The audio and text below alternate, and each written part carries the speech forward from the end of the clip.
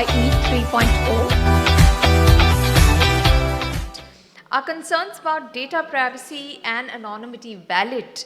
Will this improve service delivery and sustainability? To discuss this, please welcome on stage our speakers for this session. Please welcome Dr. Ravi Rathod, GM Innovation Imaging Technologies Private Limited, who will be moderating this discussion. Please give him a round of applause. Joining him on stage are our other speakers, Dr. Sutapa Neogi, Director, IIHMR, New Delhi; Dr. Madan Gopal, Advisor Public Health; Dr. Madan Gopal, Advisor Public Health Administration, NHRSC; Mr. Sanjay Jain, CEO, Akhil Systems; and Mr. Basant Garg, CEO, NHA. I'll hand it over to Mr. Ravi Rathod to steer this discussion. Good evening, everyone. Thank you so much, Afzalji, Medgate today, Manishji, for the opportunity. We are running a short of time. I'll just brief on the topic. We have, 3-4 things together, like PMJ, which is the largest health insurance scheme in the world, Pradhan Mantri Jan Arogya Yojana, which aims to provide the health coverage of 5 lakhs per family. So we're talking about the PMJ, then the ABHA card, which is going to be your digital healthcare identity, a 14-digit number that will uniquely identify you as a participant in the India's digital healthcare ecosystem. Now, talking about the statistics, we have seen that 44 crore ABHA card has been already issued. Now, 100 more crore to go. Third is Ayushman Bhav, which is actually a campaign of Government of India, which is to ensure the saturation coverage of the government health schemes and initiatives, and to ensure that the optimum last mile delivery to the village and panchayat level happens. So, through the Ayushman Bhav. Now, let's talk about one more terminology, DPG. That's the digital public goods, which has been created by Government of India. So, a lot of examples are there, like Aadhaar card, UPI, National Digital Health Mission, ONDC, ABHA card, CoWIN platform, Arogya Setu application. A lot of examples are there. And they have played a pivotal role in India's digitization ecosystem. So here what we are looking for is how we can leverage this existing digital public infrastructure when we embark on new projects. Like during COVID time, we have launched Arogya Setu application, CoWIN app for vaccination, and both applications have generated a mass amount of data which on these platforms. Now we need to find the ways that how we can utilize this data and this system to save the resources, to save the time and the future efforts when we address the large scale challenges.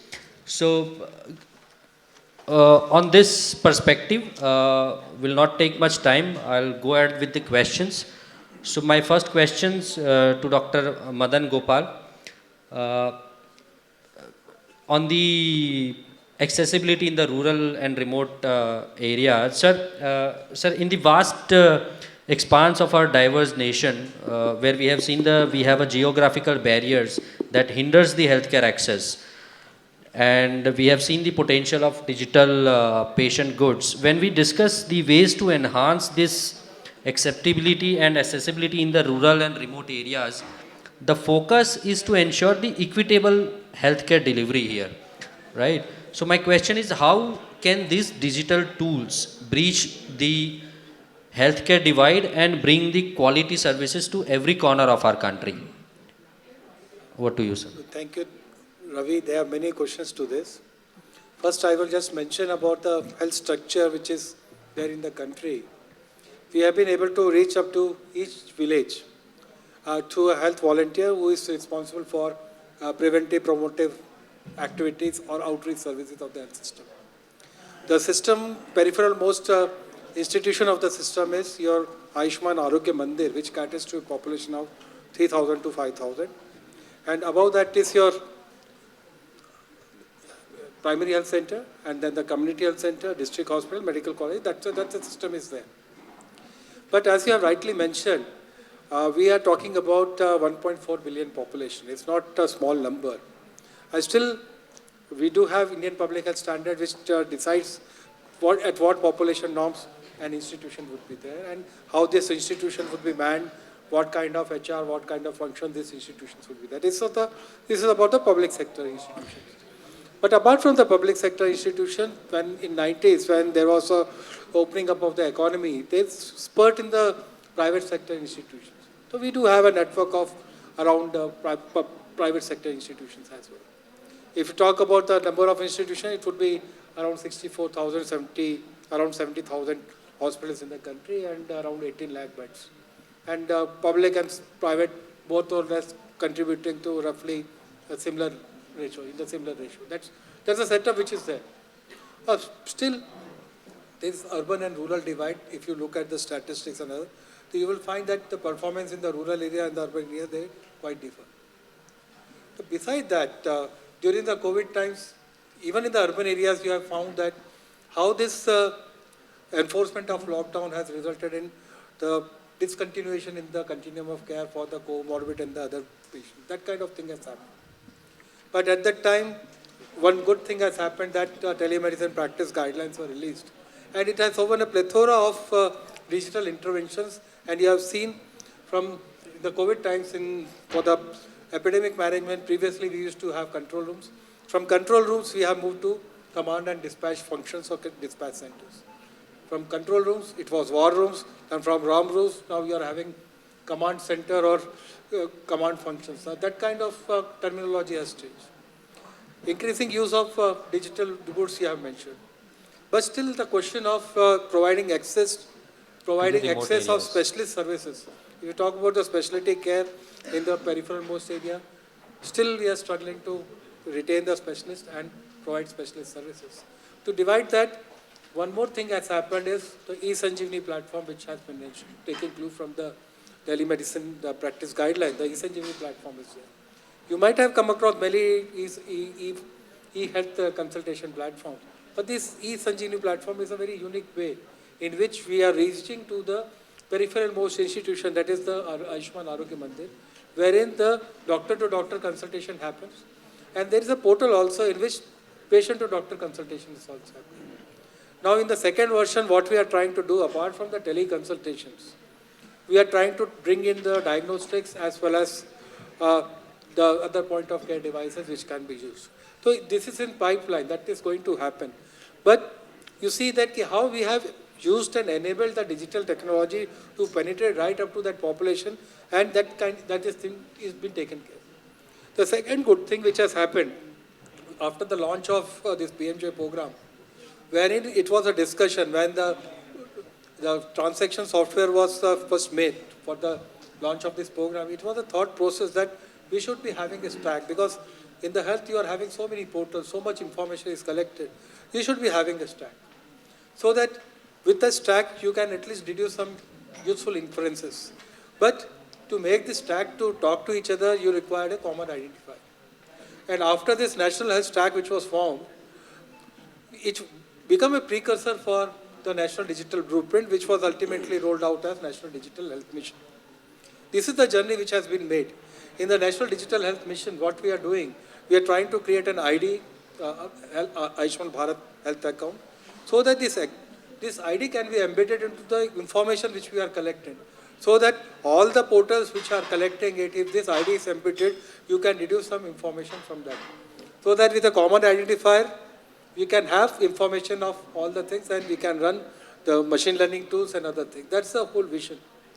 But if you come further back, because it would be very condensed information, but if you come back, we have envisaged to have 1.3 electronic health records way back in 2011-12, when the Clinical Establishment Act was there. From there now, we are moving in that direction, wherein all the patient records would be embedded by an ID, so that the vision for using this data, we can use it for either disease surveillance as well, generating algorithms for the machine learning methods. Everything we can use it. But right now, work is in progress in that direction. And slowly you would be seeing more. Because you see, so many things have happened in the digital sphere for improving the accessibility as well as providing specialized services through the digital means. So I will stop here. If there are any other further questions, I can take it. Thank you so much, sir. You have rightly mentioned that the DPGs will be going to play a major role for the AI-based upcoming technologies also. In the morning, we have discussed one of our panelists in the inaugural session, Gaurav Agarwal mentioned about, we have a large gap in the healthcare infrastructure and the healthcare education system also. He said we have 0.5 hospital beds per 1,000 people, 1.7 nurses per 1,000 people.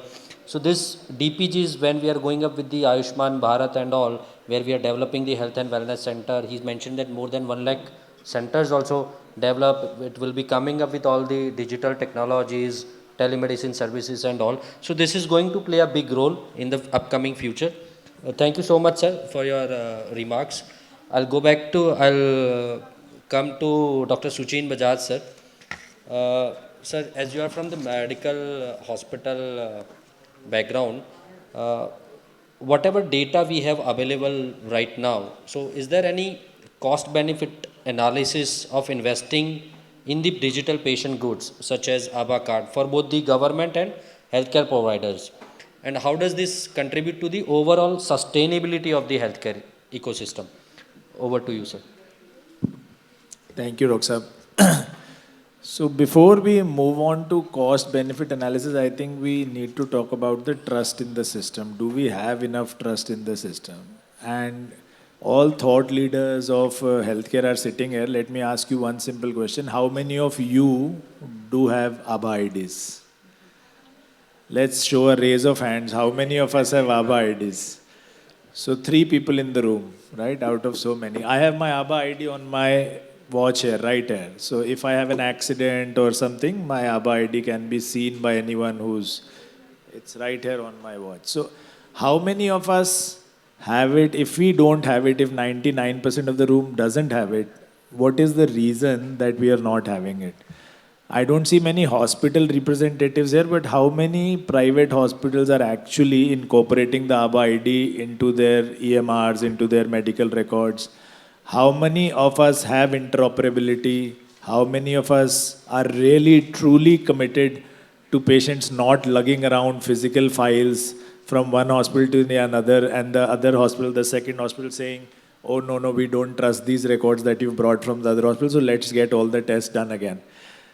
So the cost benefit analysis is very visible if we are willing to talk to each other, if we are willing to trust our records with the system, if we are willing to trust the other hospitals and the other providers of providing the same quality of service and of protecting the records as well as we want to, then I think this duplication of efforts, this unnecessary troubling of the patients and the doctors and the providers, and of course the HIMS providers here, I think all of this can be prevented, and this duplication of efforts is leading to millions and millions of dollars in wasted effort. So first of all, we all have to ask ourselves, why are we not trusting this system? Why are we not adopting this system? If thought leaders like us are unwilling to do so, then how do we expect the followers who are outside? So you have rightly mentioned, sir, before we ask the patient to get trust in the digital health records, our doctors, ourselves needs to build a trust, among ourselves. We need to talk to each other that, the health records or whatever test has been done from another hospital or the diagnostic centers, that's completely fine with us also. Let me give you an example of the cost we can save, right, while using these DPGs as we speak of. So during COVID, I don't know how many of us had COVID in this room, but if you had COVID, you would have definitely received one phone call at least saying that we are speaking from this government, whatever state you are living in, and you've been detected positive, and now you need to do all these steps of home isolation. During vaccination drive also, you must have received these calls. When you were looking for plasma, you may have reached out to somewhere that we need a plasma bank at ILVS or whatever. All that was being managed by a digital public good that was created voluntarily, free of cost by people like us. It was called Project Step 1. It had more than 11,000 doctors volunteering on that platform at a time. It was working with 21 state governments, and it made more than 98 million telecalls to connect to patients, COVID patients. And all this was done free of cost on a voluntary basis with various people pulling in. It started as a small WhatsApp group called Founders versus COVID, in which luckily or unluckily I was the only doctor in that group. They were all techie founders and they said we must do something big is coming and the government is not ready.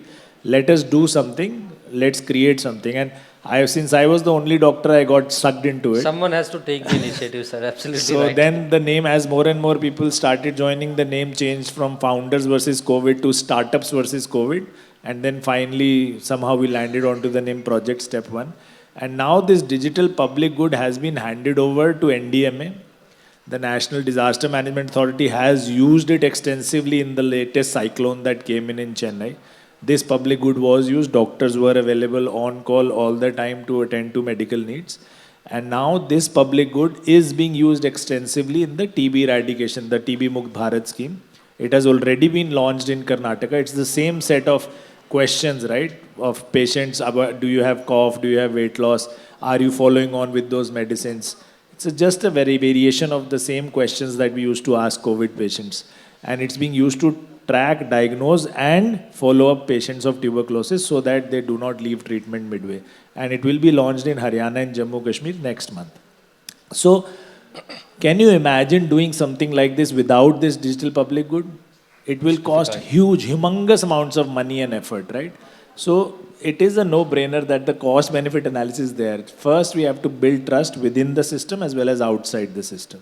That's rightly said, sir. That's our aim, that how we can leverage the already available digital public goods for the future outbreaks and the initiatives and schemes of Government of India. Thank you so much, sir, for sharing. I also remember, sir, we have started one telemedicine center for the tele-ICU with Delhi state government, with BAPIO and the Delhi government. Yeah, at the Buradi center, yes, right. Thank you, sir. So, coming to Dr. Sutapa, ma'am, you are coming from an academia background, and IIHMR, we have seen they have started the first course on the healthcare and the management front. So we have seen the academia always at the forefront of innovation, right? Our journey into the future of healthcare will continue with the focus on the innovation. So within the framework of PMJ and the ABHA card, we examine how the utilization of DPG can be a catalyst for the innovation in patient care, personalized medicine, preventive health care. So related to this, my question is, how can these digital tools reshape the landscape of healthcare delivery, making it more tailored, more proactive, and the patient-centric? Over to you. So thank you, Dr. Ravi, for the question, and thank you, the organizers, for inviting us to this panel. And also thank you for keeping this important aspect as part of the healthcare planning. So taking cues from what Dr. Madan and Dr. Shuchin Bajaj just mentioned, that we have to create trust in the system. No wonder digital transformation or digital intervention is a stepping stone to transforming the health system. But we also should remember that the health system should be equally geared to embrace all these interventions which are so-called high-tech. As an academic institution, we get a chance to evaluate and assess some of these government programs. And in one such evaluation where we had tried to take a deep dive into the e-Sanjeevani, which Dr. Madan just mentioned, e-Sanjeevani, as he rightly said, is the largest telemedicine network in primary healthcare in the world currently. So, we, as part of this assessment, we had gone down deep into in the villages and spoke to the beneficiaries and the care providers to understand what problems do they face. Because if you have to innovate something, if you have to improve the system, obviously we need to identify the gaps. So some of the gaps which very clearly came out during our interaction was that awareness was not there in the community. Although we are running a telemedicine system, but not many people were aware about the fact that this kind of telemedicine system is existing close to their doorsteps. And this kind of dissemination usually happens when the healthcare providers, they themselves are motivated. So if the community health officer who is working at the sub-center level, if he or she is not really conversant with the system, obviously she will not be the right person to disseminate the messages to the right audience. Also, a major hurdle which came up was the limited internet connectivity. So that can never actually substitute for the other methods of healthcare delivery. So internet connectivity turned out to be a major challenge, which was a kind of impeding the flow of services. Then from the beneficiaries' perspective, what they mentioned was that they had some difficulty in expressing their health-related issues onto the camera. Because if you ask a patient to describe the health complaints in front of the camera, they were a little hesitant. In most of the cases, we found that e-Sanjeevani was being utilized by beneficiaries, out of which 65% were women. So for a woman to talk to a male doctor is again a problem. And there is no system wherein they can actually rightly connect to a female doctor. Waiting time was a concern. Because there were people who had to wait for almost 30 to 40 minutes to get a chance to speak to a doctor. And the period of consultation was hardly 2 to 3 minutes. Then the system of giving the prescription back to the patient is also not very streamlined. So these are the challenges which are there at the ground level, which one has to address if you really want to make universal healthcare a reality. But nevertheless, with all these teething problems which we are currently facing, e-Sanjeevani has reached almost, I think, 120 million patients have been served through this platform, which is very encouraging given the fact that we have just started. It's hardly, I think, 2 to 3 years now. And in this short span of time, we have been able to touch 120 million patients. More than 1.2 lakh health and wellness centers have been covered. More than 16,000 hubs are there. More than 1,000 online OPDs are there. And more than 2 lakh doctors are being consulted. So this is quite encouraging, and I believe that in the coming years, with the way this entire thing is growing up and, in by leaps and bounds, everything, we will be able to achieve universal health coverage in future. So we're definitely going to achieve the same. It's just the starting teething problems we have right now. What the vision the government has, through that we are going to achieve the same. Thank you so much, ma'am. Going with the last question to Mr. Sanjay Jain. Sir, you are in the IT infrastructure themes and you have the hospital management software. Your company, I would like to say, is company is also the ABDM compliant, in the HMIS thing. So, sir, my question is, how does this ABDM will change the healthcare landscape in next 5 to 10 years in India? So that's a short and sweet question for you. Thanks, Dr. Ravi. Thanks, Afzal Bhai, Manish Bhai, for giving us the opportunity.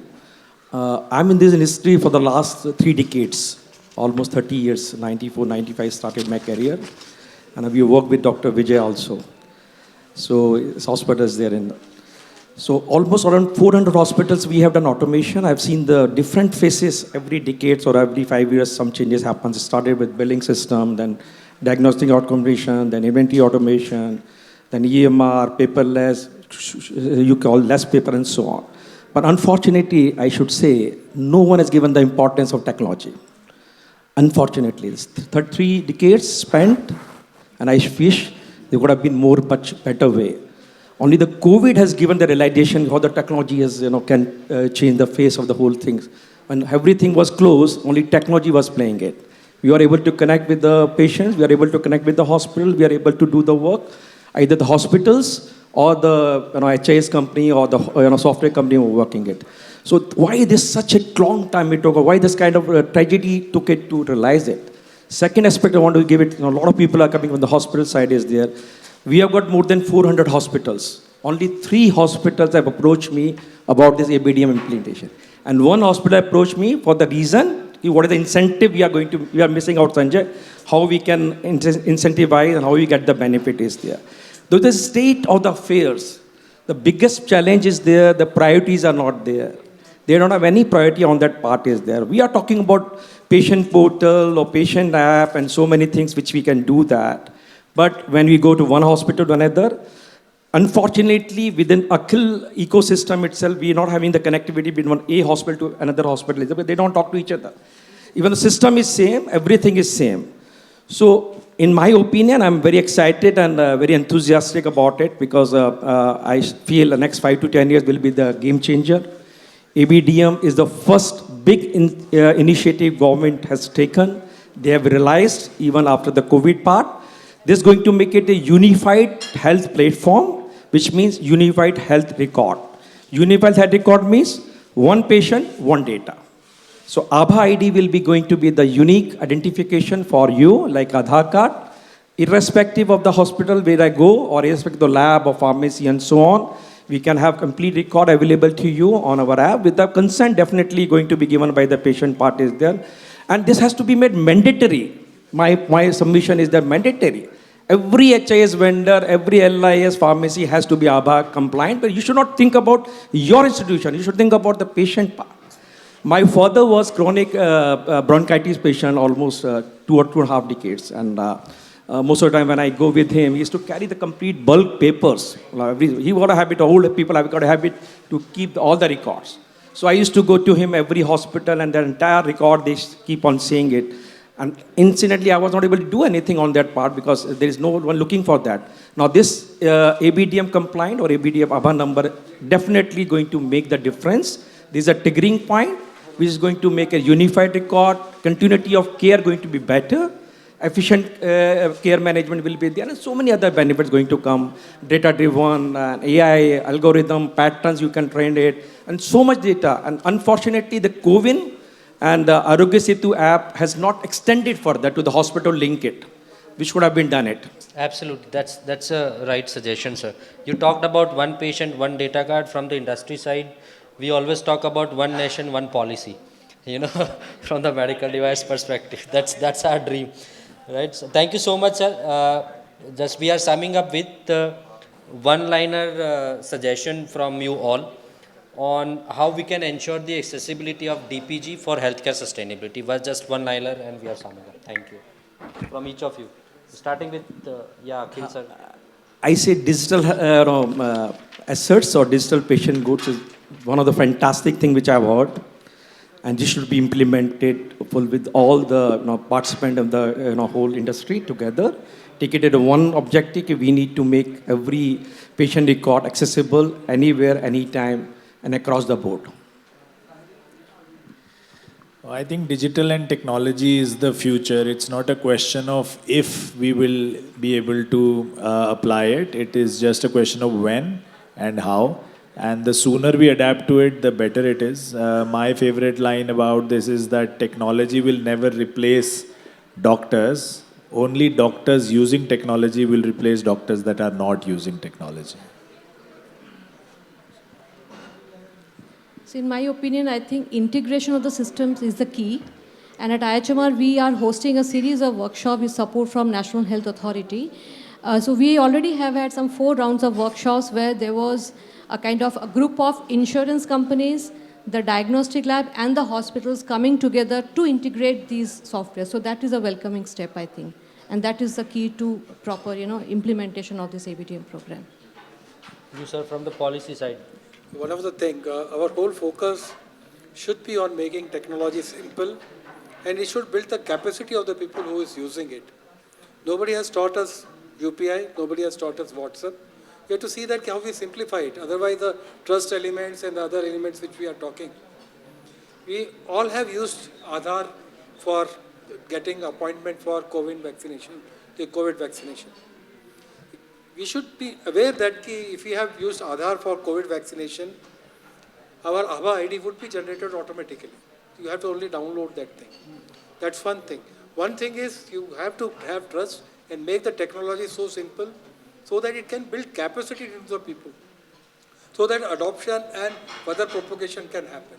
So that's the challenge. I think we have to find a solution to this. Definitely, sir. I'm going to say the same thing, that we need 2 things. We already have the technology, we already have the equipments.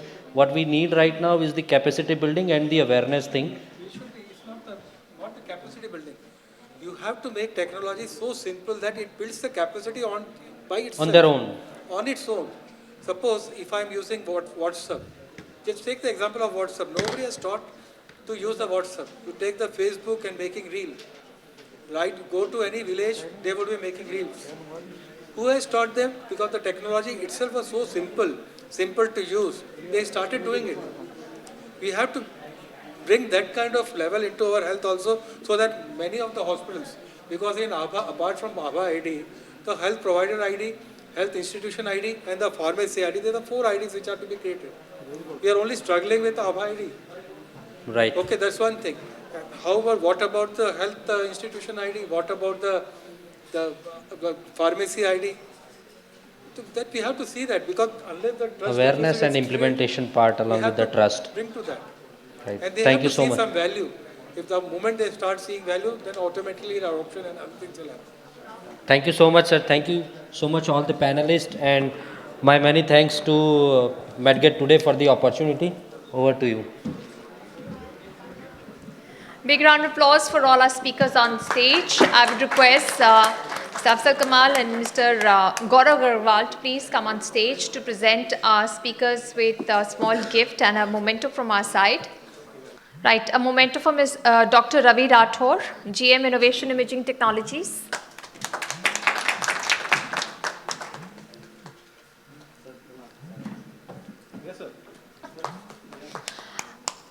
A memento for Dr. Madan Gopal, Advisor Public Health Administration, NHRSC.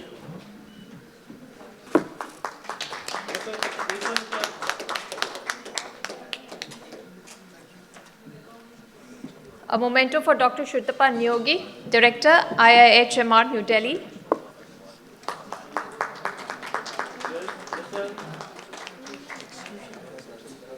A memento for Dr. Shuchin Bajaj, CEO, Ujala Cygnus Healthcare Services. And a memento for Dr. Sanjay Jain, CEO, Akhil Systems.